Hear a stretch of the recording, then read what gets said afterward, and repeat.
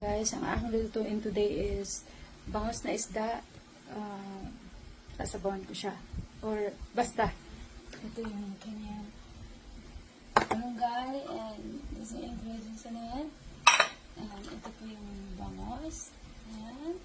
And meron na siyang eggplants. So, yan po ang aking tapos to. Yan. So, ilalagay na natin to mga ricardo. Paano ito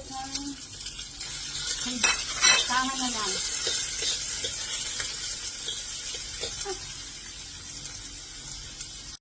Ayan na guys. Lagyan natin yung mga ricardo. Ayan. Lagyan ko ng konting ano yan. Lagyan ko siya ng toyo. Ayan na siya.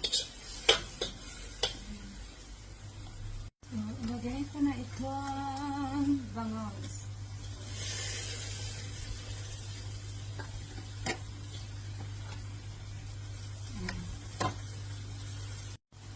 Water on that.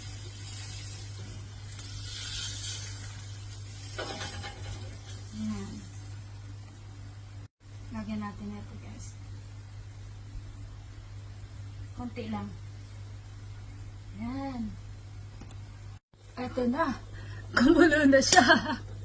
Kumulo na siya. Wait lang. Guys, kumulo na siya. So ngayon ilalagay ko na po itong malunggay. Ayan.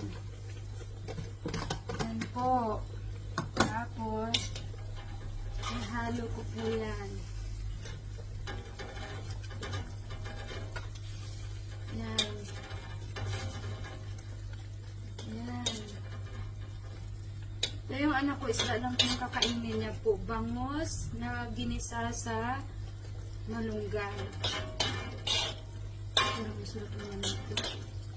So, konting pakulo na lang. Ay, ang sarap.